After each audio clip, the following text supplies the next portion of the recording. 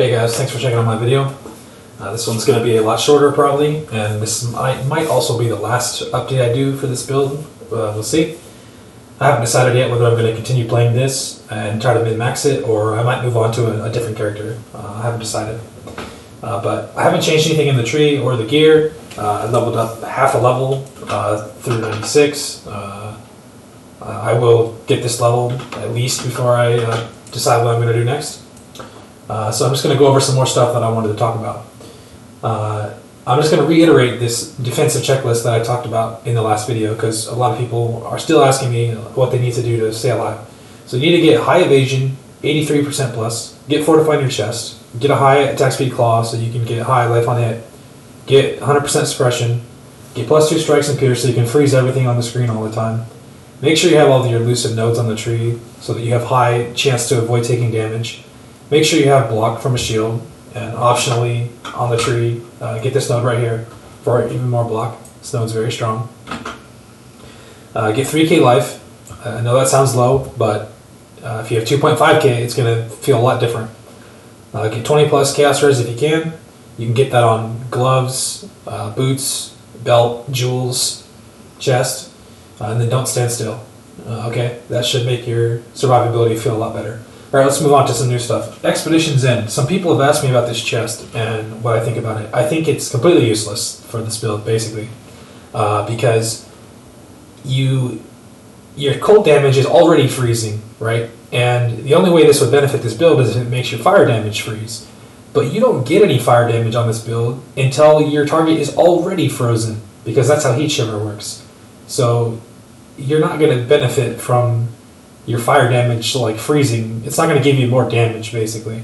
All it's going to do is help you freeze a little easier, which is exactly the same thing Southbound does. And so I can show you that in POV here. So my build, if I take my chest and I put on Expedition's End, you'll see my damage actually goes down. Okay, but my ailment threshold goes way up, 7.5. Okay, and then if I put on that chest, it goes up to 15. So it will help you freeze, but it's not going to do anything else. But Southbound also does the exact same thing. If you watch, I put on Southbound, my damage actually goes up, because Southbound actually gives you damage. And then it gives you even more ailment threshold. So if you're going to swap something to freeze easier, don't use this, just use Southbound. This chest sucks. Plus, if you give up your chest, you're going to lose Fortify and more damage from your Chest Implicit. So yeah, this chest sucks. How to compare Chest Implicits? Let's talk about that for a second. If you're looking in POB and you want to figure out which, besides Fortify, the other implicit you want to use, I'll show you how you can figure that out. So pull up your chest here in POB. Make sure it has the implicits on it, and the way you do that is you just click on right here, add influence, and put on Searing Exarch and put on Eater of Worlds, and then you click add implicit right here. I already have one on, so I'm just going to delete it, which is this one.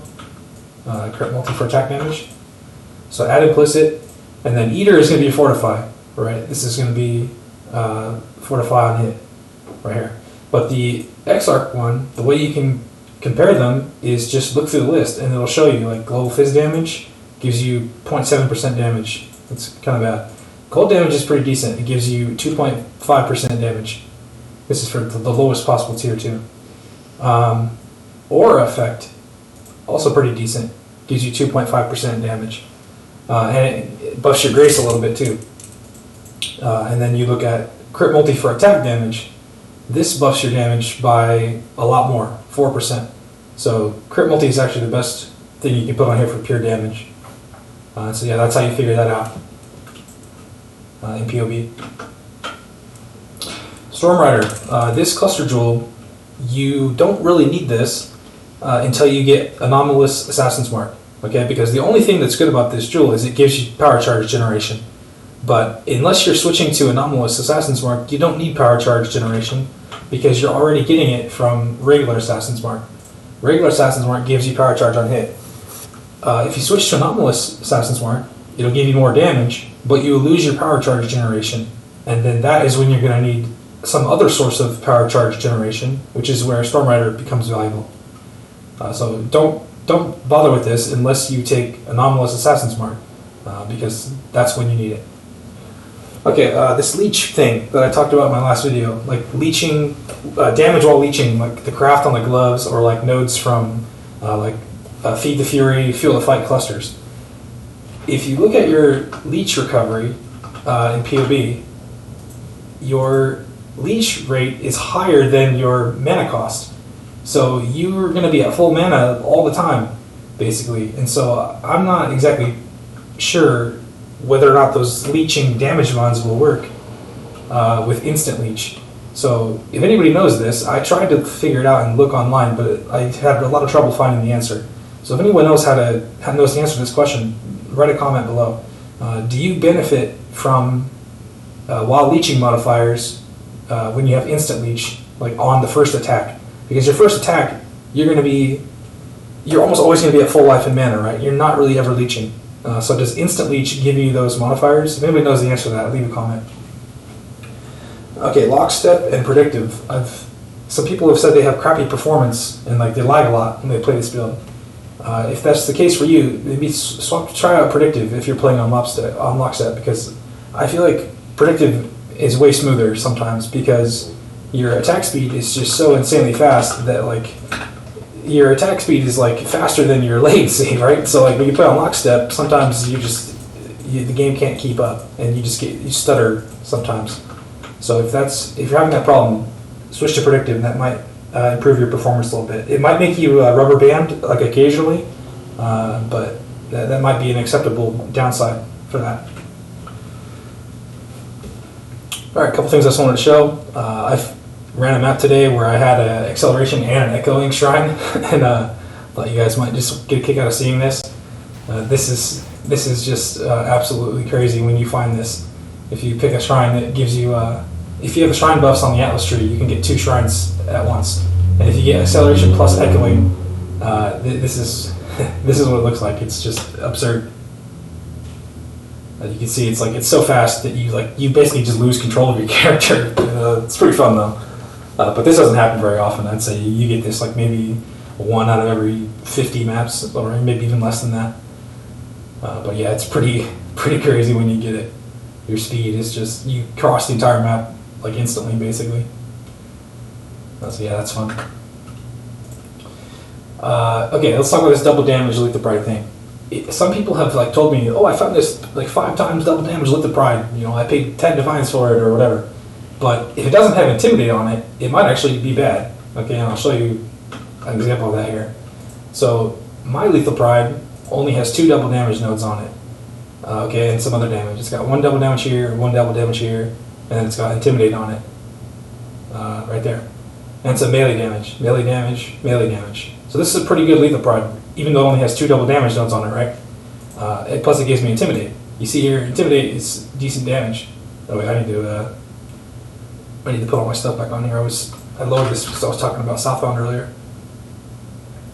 Okay, yeah, so there. Now Intimidate, you see it gives me like almost 1 million damage, right? Or 1 million DPS.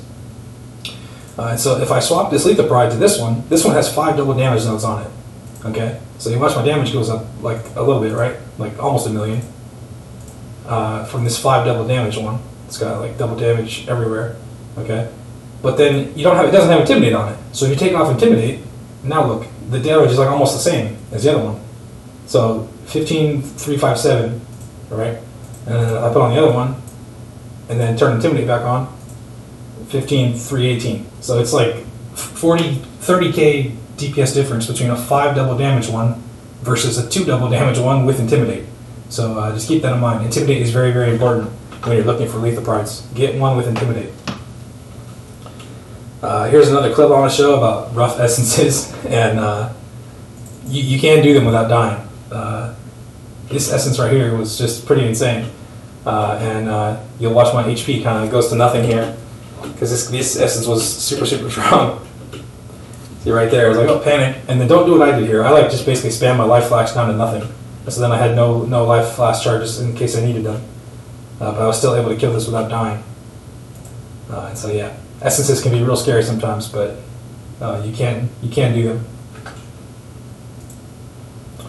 Flask suffixes, they do not stack. Okay, I've looked at some POVs, which I'm totally happy to do, by the way. If you guys are having problems, you want me to check out your build, comment down below like what your name is, your account name, and I'll be more than happy to look at your POV and see if I notice anything that you can improve. I've looked at a couple where people have the same flask suffix on 2 different flasks. So like they'll have like 2 crit flasks, 2 crit chance flasks or something like that. Those suffixes do not stack, so make sure you have 4 different suffixes. You want to have attack speed, crit, evasion, and then a 4th one basically of your choice. You can go with ignite immunity, curse reduction, movement speed. There's a couple of good options, but make sure they're all different. Okay, Frostblink. Let's talk about Frostblink for a second. And Brittle. Frostblink does not put down Brittle, okay? So you have to walk to put Brittle on the ground. Some people have asked me like how Brittle works. This is like kind of a good place to show this. So when you are fighting a boss, you need to put down Brittle. So like this Katava logo here, like pretend this is a boss, okay? If I Frostblink onto it, right, there is no Brittle there. The Brittle does not show up until you actually walk. Okay, you see that? So when you're fighting something, you want to have Frostblink's chill ground on the ground, and you want Brittle on the ground too.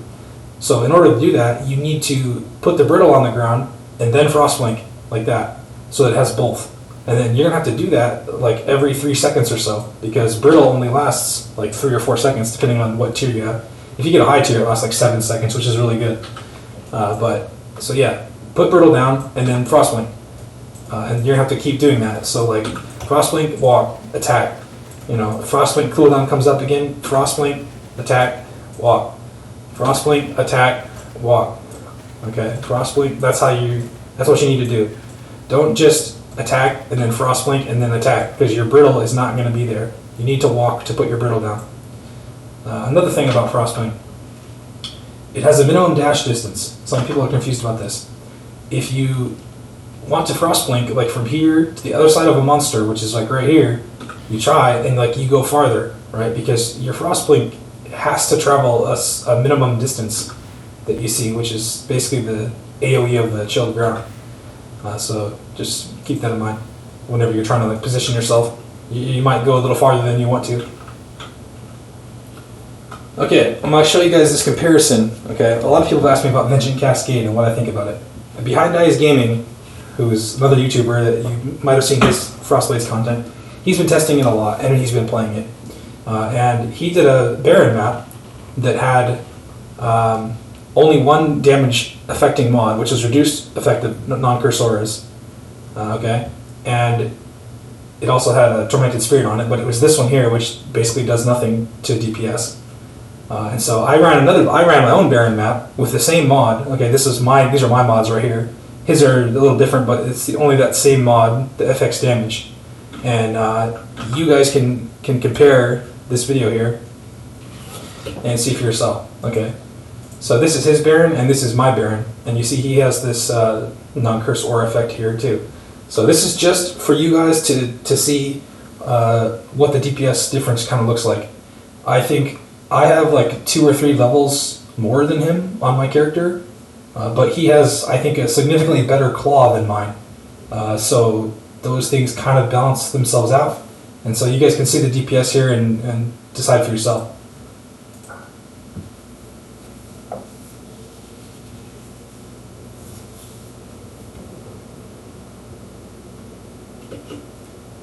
So there you go. I'll play that one more time.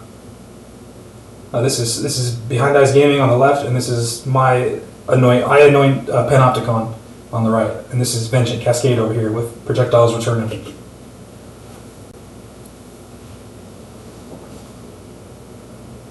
So yeah, DPS is maybe like a little bit better, but it's kind of hard to tell, honestly. So you decide about that, whether you want to try it out or not.